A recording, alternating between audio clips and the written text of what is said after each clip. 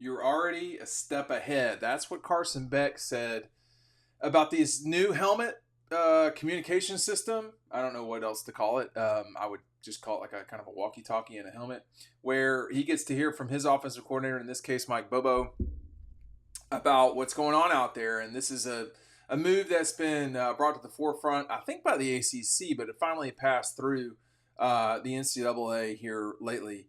Carson saying, I can't recall. So anyway, he says, you get the play, you hear it, and it's like you're listening to it, and now you can start processing the defense. You're already a step ahead. And one of the things that Carson Beck is sort of like, I don't, the best way to put it is give it credit for, is his ability to do just that.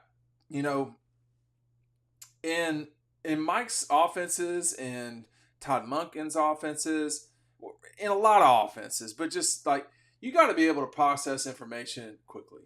And when you're identifying the Mike, the Mike linebacker, or you're identifying, particular things in the defense, that's something that the quarterback and the center do. They start marking guys, and from that point forward, you're establishing who's responsible for blocking a particular person. No matter if they blitz or there's always variables and all this stuff.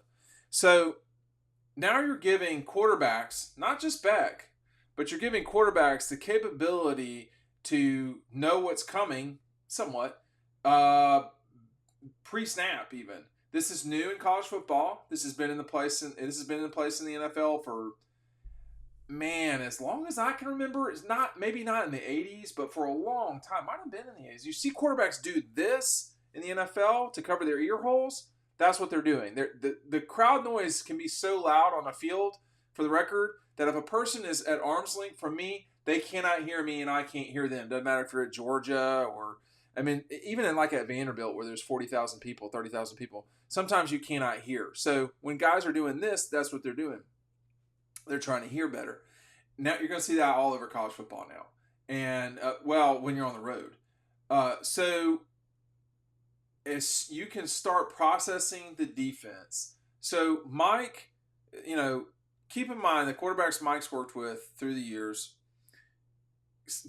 Carson's just the latest. You got obviously Shock, David Green, Matthew, Joe Cox, Hudson, Aaron Murray. You could make the argument you have the SEC. Well, it's not an argument. You've got the SEC's leading passer in Aaron Murray. You've got number 1 overall draft pick in Matthew Stafford. You've got an SEC champion quarterback in David. You got an SEC championship quarterback in DJ.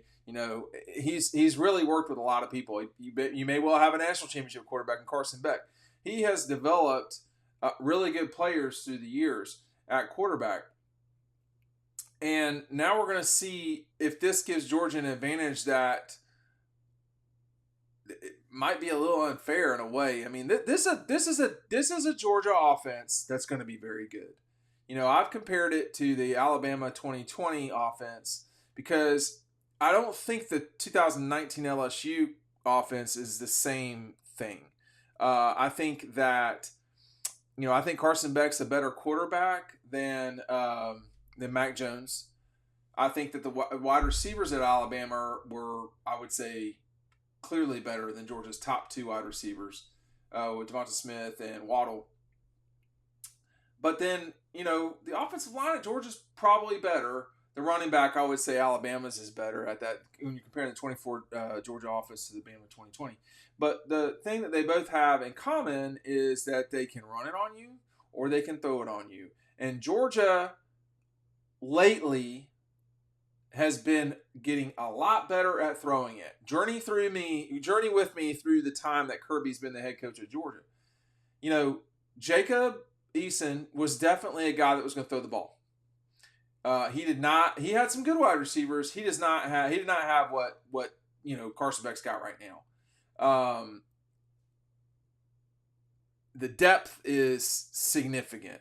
They went from Jacob to Jake Fromm. Jake Fromm was a winner. He was not a great passer of the football. He was good.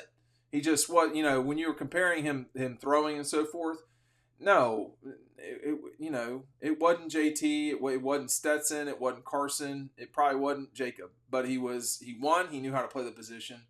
they relied on the run a lot. Now, as time went on, they relied on Jake more, but the results spoke for themselves. 17 was their best season with Jake.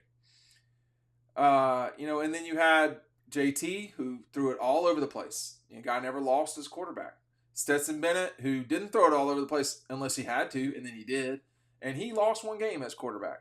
And now you got, Carson Beck, who, maybe not arguably, he should go down as their best quarterback. Now, the question is, will he? Getting past Stetson's going to be really hard. I don't know if that's practical. You have one season to win 2 national championships. That's not going to happen. If we're only grading it by that, he's not going to do that. But he should certainly go much higher than Stetson did, which was to the Rams in the 3rd, I think, or 4th. I don't remember when it was. Now I'm going to look it up because I look so stupid. That can't be. He was a 3rd, wasn't he? Now I'm talking to myself. But Stetson brought. He was a 4th round. The round I didn't say, pick 128. I don't think Carson Beck's going to be there at pick 100. I don't think he's going to be there at pick 25, but we'll see. Does this give him even more, ability to, what's the word? What's the best way to say it? Carson is not an improvisational person. Stetson Bennett was. Stetson Bennett would drive the coaches at Georgia crazy sometimes with they just wanted him to do what they needed him to do, like at practice or stuff like that. And sometimes you'd see a no, yes moment. That happened at Georgia. It wasn't all the time, but it happened. And, Carson Beck, that's not his style. So he's going to have to follow the rules a little bit. But I think that this new technology, I am almost always in favor of new technology, whatever it is. A new iPhone, that's not a new iPhone. That's an iPhone. A new Mac, a Mac that I'm working on. I like moving forward on these matters. And I think that it makes sense to me that college football is going in this direction. I don't know. I think it will help Jalen Milroe at Alabama. I think he's a guy. He's an older quarterback. He's played in pivotal moments. He's made big plays. Now he's got a really good play caller, scorer, developer, whatever you want to call it, with Kalen DeBoer. I think it could help Jalen Milroe for sure. I think if your quarterback, is new, there's all sorts of advantages for the offense here. Now, to be fair, it's not just the offense that has these. So your boy Kirby Smart at the end is going to be able to they're going to be able to do what they've always done, which is make changes. It's probably going to be harder in Athens because of the noise in Athens, probably when Georgia's playing defense, but we'll see. And I'll also be curious to see what it's like. The first game they play is Clemson in Atlanta. So if you've never been to the Dome, which maybe most people who watch this probably have not been, there's a lot of ambient noise. There's just noise all the time. It's not like Jacksonville where it's one side or the other. At the Dome, it's like a really loud fan is always going on. And I'm just speaking at field level. I can't say what it's like in the stands. But there's always a sound around. So I think it's going to be curious to see. You're going up against a pretty good defense with Clemson. That's probably the strength of their team. And, they're going to have to navigate this thing. It's a change for everyone. Will it help the quarterback at Clemson some? I think they would have preferred to have this last year at Clemson, considering the change that they had at offensive coordinator and quarterback. So it gives the offense an advantage, in my opinion. But, the defense can counter that too. They also have the capability of having their own person with a headset or whatever we're calling it these days, a helmet, communication device. It's good for college football. There's a lot of stuff has changed since COVID. Technologically speaking, though, this is the number one thing.